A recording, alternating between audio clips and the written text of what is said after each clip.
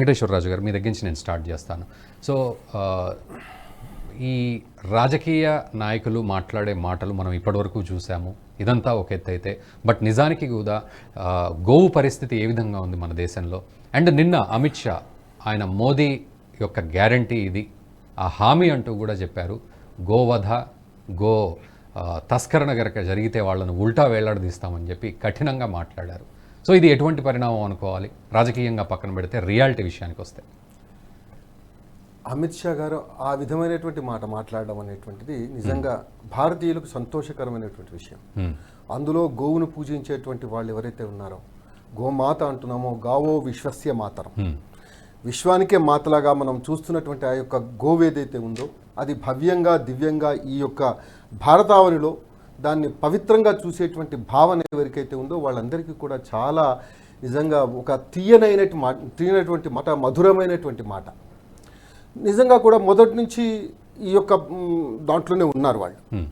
అయితే ఒక విషయం ఏంటంటే, ఒకసారి నిర్మలా సీతారామన్ గారు వారు ఇంటర్వ్యూ ఇస్తూ ఒక మాట అన్నారు, ఎక్స్పోర్టింగ్ అవుతుంది అంటే, లేదండి భారతీయ జనతా పార్టీ అంటే, నేను భారతీయ జనతా పార్టీ అని కాను, అయినా కానీ ఉన్నటువంటి విషయం మనం రియాలిటీ మాట్లాడాలి.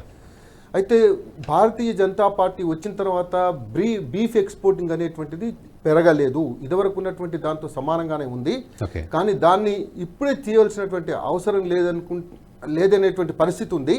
ఇంకొక విషయం ఏంటంటే, దానిలో అనేకమైనటువంటి విషయాలు దాగి ఉన్నాయి. ఒక మాట అన్నారు, ఈ మాట అన్నారు. ఇంకొకటి ఏంటంటే, బీఫ్లో ఈ యొక్క కౌ ఏదైతే మీట్ ఉంటుందో అది దాంట్లో లేదు, అటువంటిది ఇప్పుడు ఎక్స్పోర్ట్ అయ్యేటువంటి పరిస్థితిలో లేదు, దాని విషయంలో చాలా జాగ్రత్తగా ఉన్నారు అందరూ కూడా అనేటువంటిది విషయం.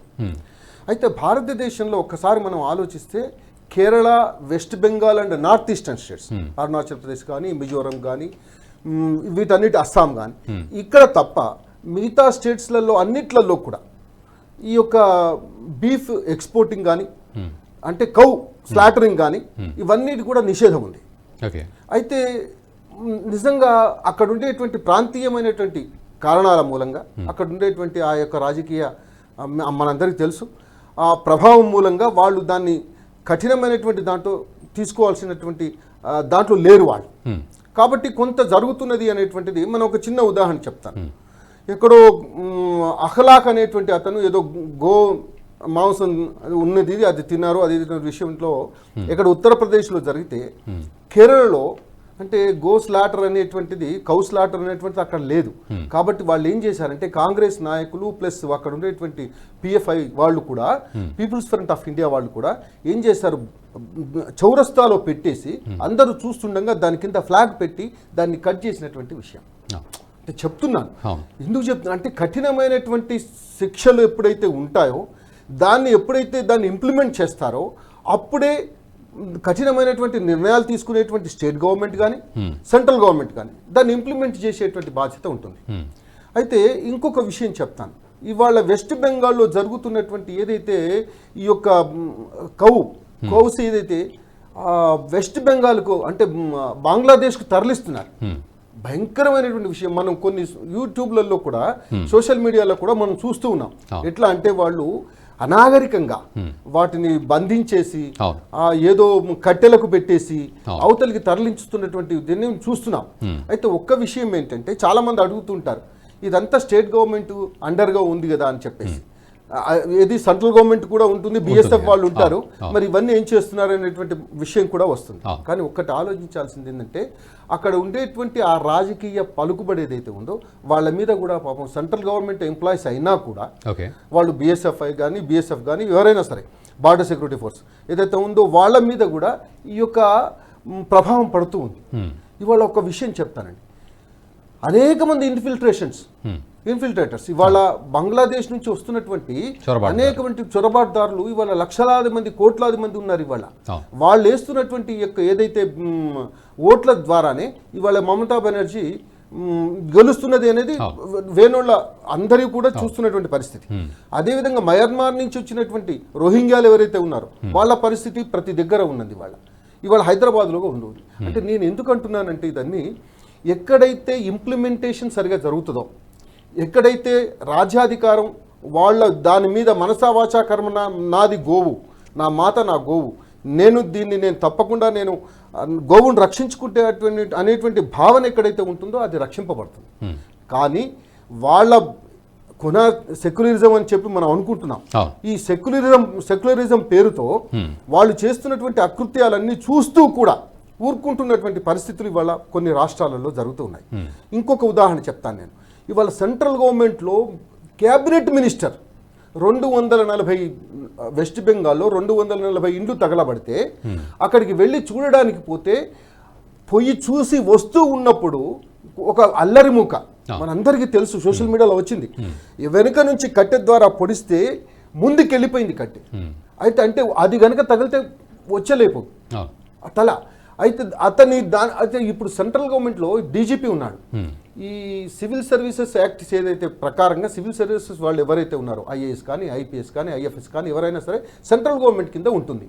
అయితే సెంట్రల్ గవర్నమెంట్ వాళ్ళు అతన్ని మాకు సరెండర్ చేయమని చెప్పేసి వాళ్ళు ఒక సర్క్యులర్ పంపిస్తే, ఉదాహరణ చూడండి, ఆమె పంపించకుండా 3 నెలలు తన దగ్గర పెట్టుకొని అతనితో రిజైన్ చేయించేసి తన పిఎస్గా పెట్టుకుంది. అంటే ఏ విధమైనటువంటి అక్కడ పరిస్థితులు ఉన్నాయి అనేటువంటిది మనం ఒకసారి ఆలోచించాలి. తర్వాత ఇంకొక విషయం కూడా, ఇవాళ అత్యంత హింసాత్మకమైనటువంటి సంఘటనలు ఇవాళ వెస్ట్ బెంగాల్లో జరుగుతున్నాయి. అయితే మనుషులకే జరుగుతున్నాయి. వాళ్ళ పాపం ఆ మూగజీవులు పాపం.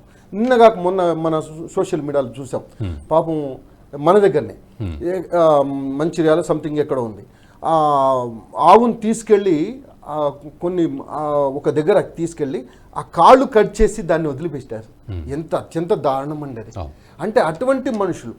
ఇంకొకటి కూడా చెప్తున్నాను, భారతదేశంలో ఎంత స్వేచ్ఛ ఉంది అనేటువంటి దానికి ఒక ఉదాహరణ చెప్తున్నాను. పిఎఫ్ఐ వాళ్ళు ర్యాలీ తీస్తే దాంట్లో, అరే హిందువులారా, మీ గుళ్ళలోనే మిమ్మల్ని చంపి మిమ్మల్ని వేలాడదీస్తామని చెప్పినటువంటి పరిస్థితులలో ఇవాళ అత్యంత ధైర్యంగా ఇవాళ అమిత్ షా గారు ఏదైతే ఆ యొక్క వాక్ ఇచ్చే తల క్రిందుగా వేలాడదీస్తాం, రియల్ అండి, తల క్రిందులుగా కాదు, షూటర్ సైట్ ఆర్డర్స్ ఇవ్వాలి అంతే. అటువంటి వాళ్ళను మొక్క వంగని మానే వంగదు. మొట్టమొదలప్పుడే వాళ్ళని కనుక ఆ విధంగా చేస్తే ఇంకొకరు భయపడతారు. ఇవాళ ఒక్కసారి ఆలోచిస్తే, నేను చిన్న ఉదాహరణ చెప్తాను. ఇవాళ యూపీ ఉందండి. యూపీలో యోగి ఆదిత్యనాథ్ గారు ఉన్నారు. ఇది ఎందుకు చెప్తున్నాను అనేటువంటిది అంటే, ఒకతను ఒక తప్పు చేశాడు, ఒక ముస్లిం అతను తప్పు చేశాడు. అతను అరెస్ట్ చేయడానికి పోలీస్ కానిస్టేబుల్స్ వెళ్తే అతను ఇద్దరిని కొట్టారు, బాగా కొట్టారు.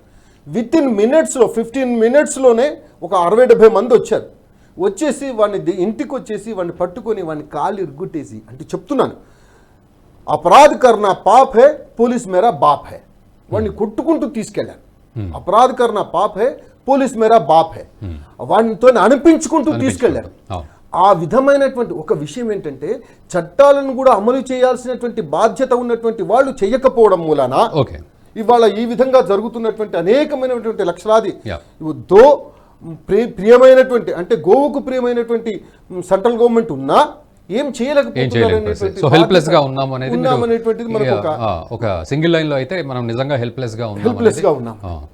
ఈ వీడియో మీకు నచ్చినట్టయితే లైక్ చేయండి, 10 మందికి షేర్ చేయండి. అలాగే కామెంట్ల రూపంలో మీ అభిప్రాయాలను మాతో పంచుకోండి. Nationalist hub group of channels ను సబ్స్క్రైబ్ చేసుకుని తెలుగునాట జాతీయవాద జర్నలిజాన్ని ప్రోత్సహించండి. ఈ వీడియో కింద ఉన్న బెల్ ఐకాన్ పై క్లిక్ చేయడం మర్చిపోవద్దు.